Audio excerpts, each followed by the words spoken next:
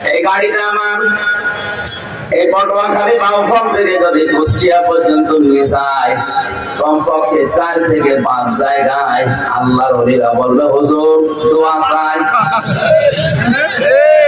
আমি যদি বলি হুজুর দোয়া করে আসলাম, না আছে দোয়া নিয়ে আসবেন, দোয়া দিয়ে যান।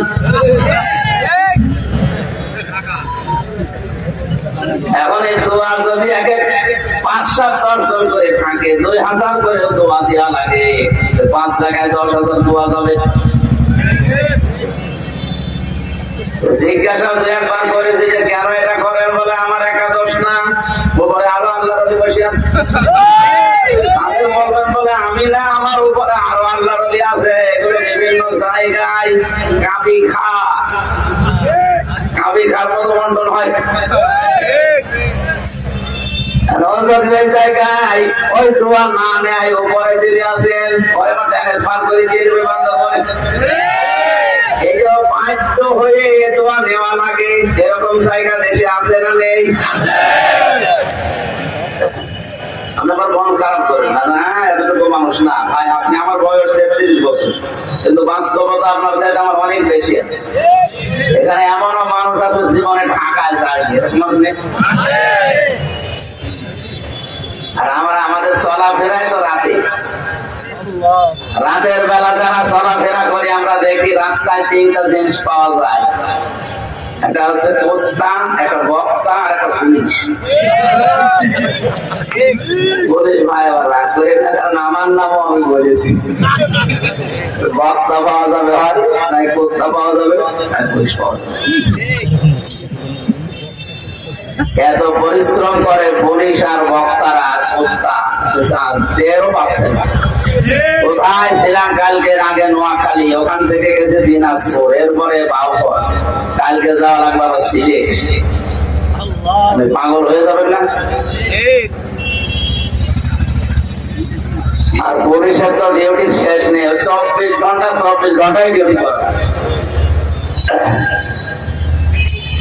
আমি আজ থেকে শিক্ষা দিতে চাই, হারাজন শব্দটা দিয়ে আল্লাহর নবী আল্লাহ পাক নিজে জানিয়েছেন, আপনি ভয় পাবেন না। কোরআন প্রতিষ্ঠা না হলে এমন এমন কাজ আছে যেটা হারাম জানার পর আপনি ছাড়তে পারবেন না। সুতরাং এটা প্রতিষ্ঠা করার চেষ্টা চালান। কাজ খাড়া করে শোনেন পটুয়াখালীবাসী, কোরআন কিন্তু আমাদের না, কোরআন কার? এই জমিন কার? আমরা এই কোরআনেরও মালিক না, জমিনেরও। সভাপতি সাহেব বলছিলেন যে দুনিয়ায় সব কিছু কামাই করছে, কিন্তু একটা আসল বিষয় যেখানে থাকা যাচ্ছে না, চলে যাওয়া লাগবে। এটা খুব মারাত্মক কথা। আসলে তো বিষয়টা এইটাই, এত কিছু করছে দুনিয়ায়। আপনি 41 সাল না 71 সাল পর্যন্ত মনে করেন বেঁচে আছেন, আর 71 সাল পর্যন্ত ক্ষমতায় আছেন চেয়ারে বসে। এরপরেও যদি আপনাদের জাহান্নামে যাওয়া লাগে, 71 কেন 81 সাল পর্যন্ত বেঁচে আপনার লাভ কি? কথা বলে না কেন?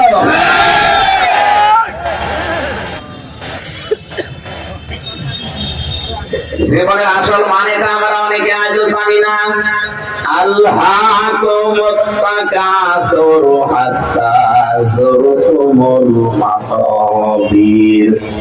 আল্লাহ পাক বলেন দুনিয়ার সবাই বেশি বেশি পাওয়ার জন্য মহাবন্ধ হয়ে গেছে, যতক্ষণ পর্যন্ত কবরে না যাবে ততক্ষণ ওই ঘোর কাটবে না। আমরা একটা ঘোরের ভেতরে আছি, এই ধ্রুবজালের ভেতরে পড়ে আছি, এটা কাটছে না যতক্ষণ কবরের মাটি বেরিয়ে না যাবে। ওখানে যাওয়ার আগে পরিবর্তন হয়। আমি এখানে আজকে ফজরের নামাজ পড়েছি, একটা কবরে নিয়ে গিয়েছিলাম, আমার এই কবরস্থানে যেয়ে দেখলাম নীরব পড়ে আছে সব। এই শহরে কত কোলাহল, আর ওই শহরে কোনো আওয়াজ নেই, অথচ ওখানে যারা পড়ে আছে ওরা আমাদের চাইতে বেশি দাপট ছিল। এখন আর নড়াচড়া নেই।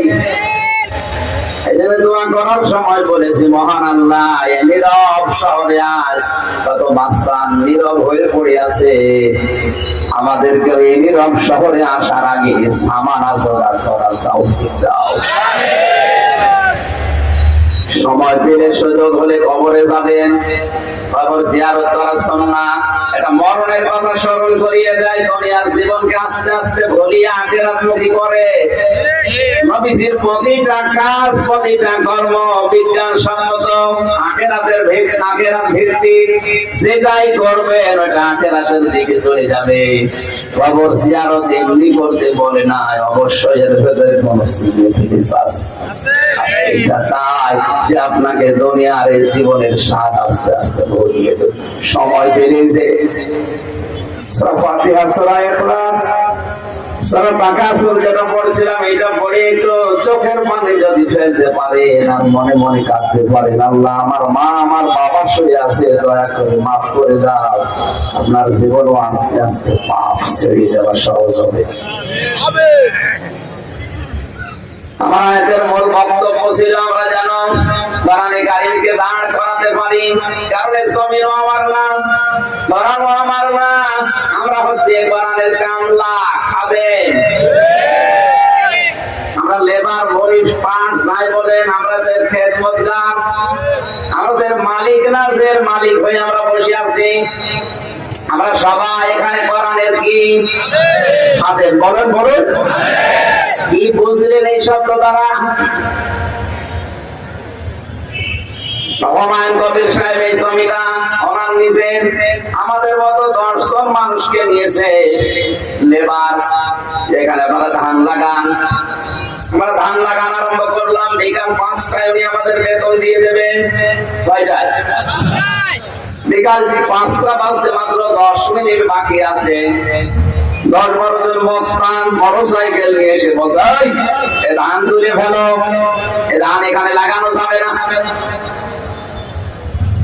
আমরা যারা আছি, আমরা যারা লেবার, আমরা যারা গামলা দিয়ে খাই, আমরা বলবো ভাই আপনি ধান তুলে ফেলবেন, কোনো অসুবিধা নেই, কারণ ধান আমাদের না, এই জমি আমাদের না, হুমায়ুন কবির সাহেবের।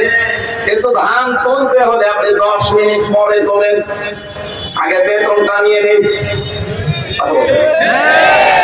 বেতন আগে নেই, এরপরে আপনি বিকাল 5টার পরে ধান তুলবেন, এখানে চাষ করবেন নাঙ্গল দিয়ে, আমাদের দেখার দরকার নেই, আমরা আছি বেতনের ধান্দায়। এরপরও যদি মস্তানরা বলে না এটা এক্ষুনি তুলে ফেলবো, আমাদের বেতন নেওয়ার জন্য তাদেরকে বাধা দেওয়ার তখন দরকার নেই। কথা বলছেন? বাধা দিতে গিয়ে যদি হাতাহাতি হয়, বলেন, যদি গালাগালি করা লাগে, চড় মারা লাগে, মেরে ফেলা লাগে, কারণ কি আমার বেতন দরকার। অথচ যার জন্য আমি মারামারি করছি, ধান কি আমার, ওই জমিন আমার, মারামারি করছি কেন? বেতনের জন্য না হলে বাড়িতেছি আমি ছেলে মেয়ে খাবো কি? আমাদের আসল বেতনের নাম জান্নাত। বিকাল 5টা মানে জীবনের শেষ দিন। কথা বলুন, এইটাই আমরা কোরআন পড়ে বুঝি, জীবনের শেষ দিন পর্যন্ত কোরআনে কারীম দাঁড় করানোর জন্য, কায়েম করার জন্য, প্রতিষ্ঠা করার জন্য চেষ্টা চালাবো।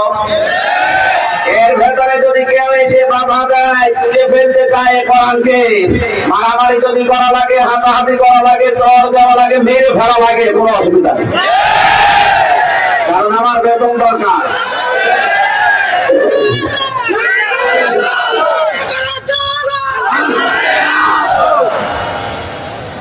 আমার বেতন পাওয়ার আগে আমার কোনো দম নেই, বেতন আমার পাওয়াই লাগবে, নয়তো আমার বিশাল জীবন পড়ে আছে, জীবন আমি চালাবো কি দিয়ে?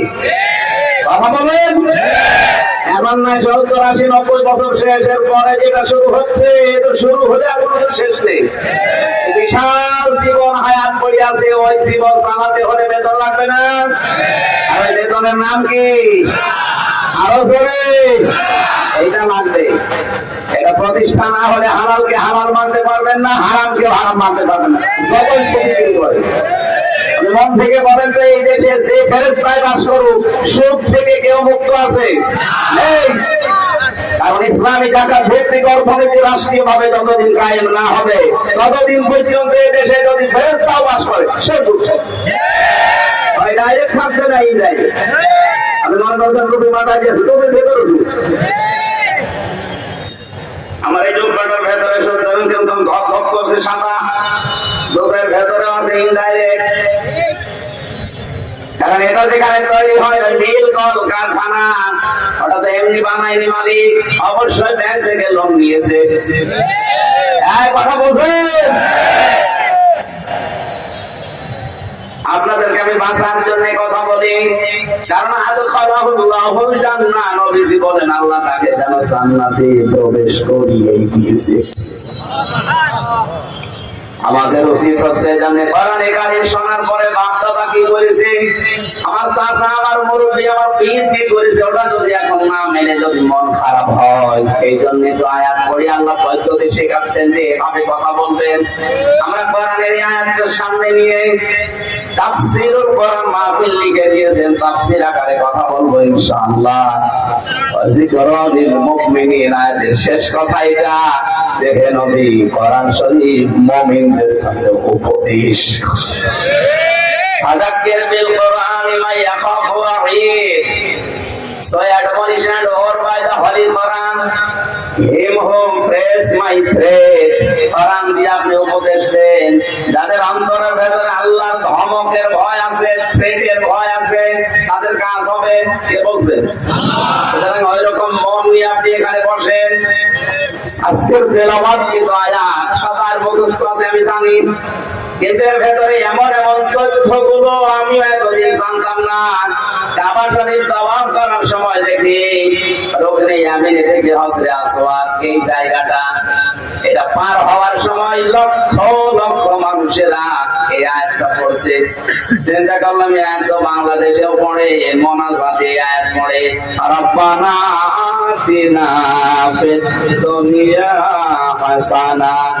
কি আছে এর ভেতরে? কাবা শরীফে আয়াত চলছে, একটা দুইটা না, যত তাফসীর আমার আয়াতে ছিল প্রায় 42টা, সব আয়াতের সাথে আমি মিলালাম। আধুনিক তাফসীর গুলো মিলিয়ে দেখি দুনিয়া আখিরাত সব আল্লাহ আয়াতের ভেতরে লিখে দিয়েছে। আজকে এখান থেকে আমরা কিছু নেওয়ার জন্য সব কিছু এইদিকে উজাড় করে দিয়ে কোরআনের আয়াত শোনার জন্য চেষ্টা চালাবো। যদিও এই রোদের ভেতরে কষ্ট হচ্ছে, তারপর অল্প সময় জবান ছেড়ে কোরআনের আয়াত পড়ে নেন। আউযু বিল্লাহি মিনাশ শাইতানির রাজিম, বিসমিল্লাহির রহমানির রহিম।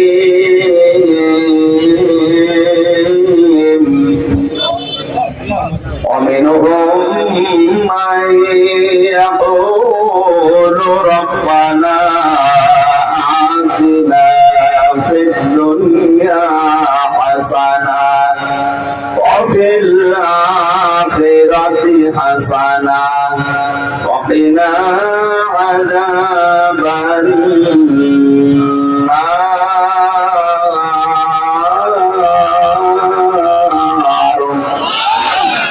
সূরা বাকারা 201 নম্বর আয়াত। কোরআনে কারীমের সূরা ফাতিহার পরে প্রথম সূরা এটা। বাকারা মানে গাভী, বকনা, গরু। আল্লাহ পাক গরু মার্কা একটা সূরা দিয়ে জানিয়েছেন, প্রবেশ করো যারা গরুর চরিত্র নিয়ে দুনিয়ায় আসো, মিনাল জিন্নাতি ওয়ান নাস, মানুষ হয়ে তোমরা বের হও।